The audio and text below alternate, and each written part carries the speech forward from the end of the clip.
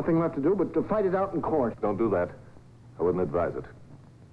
In cases of this type, the judge's sympathies invariably lie with the natural mother. Well, we've got to do something. We will, Mrs. Richards. There are 6 days left to raise that money. Now, I'm not a wealthy man, but if $500 will be any help. You mean you do that for us? I once told you our primary concern was the welfare of the child. I know you'll both do everything you can for her sake. Thank you.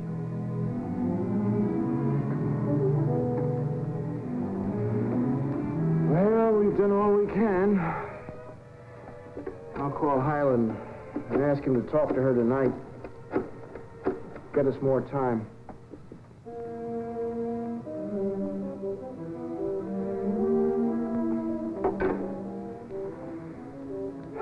No answer.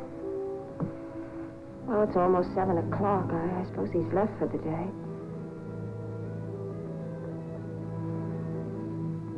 I'll go see her myself. There must be some way to make her listen to reason.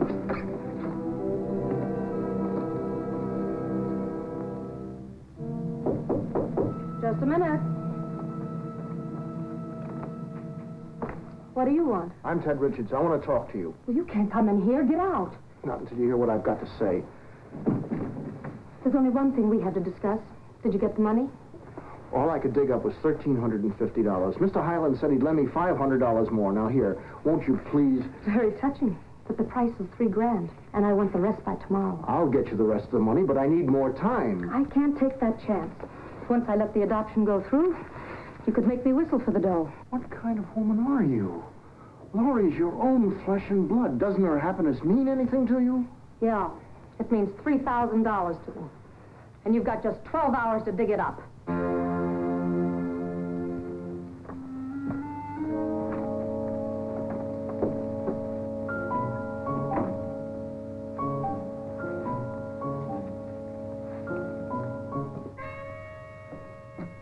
Good evening, Mr. Highland. Hello, Tom.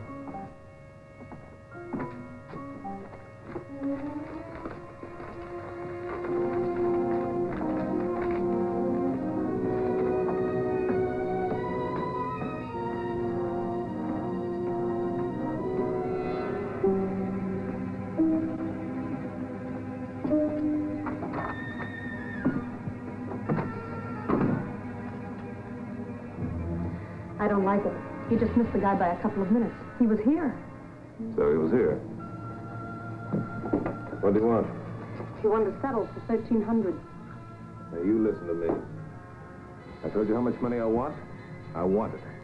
Give him a half hour to get home, get on that telephone, and you keep up telephoning every 15 minutes if it takes all night.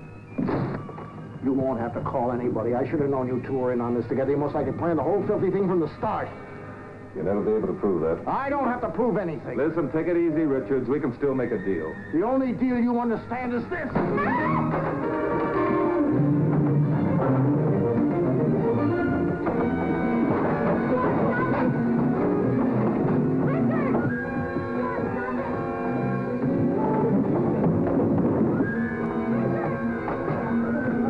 Get me the police.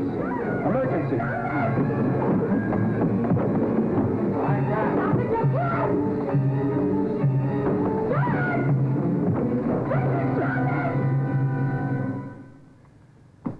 You know the rest, Mr. Matthews. I guess I made a mess of things, but all I could think of was Betty and little Laurie. I know how you feel, but if we can prove what you told me about Highland and his operations, then I think you've got a good chance. I couldn't help feeling that the weak link in Highland's racket was the Wharton girl. We did some special investigation fast, and then I dropped in at her hotel. Miss Wharton? Who are you? What do you want? I'm Bart Matthews, Public Defender's Office. I'd like to talk to you about the Ted Richards case. You're wasting your time, Mr. Matthews. I've already said what I have to say to the district attorney. And you still insist that Ted Richards came to your hotel and threatened your life after you went to his wife and pleaded for your baby? He would have killed me if it hadn't been for George. Miss Wharton, when did you give birth to the baby in question? A year ago last November, the 9th. You're positive of that? You don't think the woman could forget the birth of her own child, do you? I'm sure she couldn't. Miss Wharton, tell me something. Have you ever been arrested? That's got nothing to do with it. The police records show that you spent 3 months in the county jail last year. What are you trying to prove? That you weren't released until November the 15th. You couldn't possibly be the mother of that child. Everything you said about Ted Richards was to cover up your own guilt in this racket. Why, you cheat. I wouldn't do that, Miss Warden. You're liable to be needing the services of the public defender yourself very soon.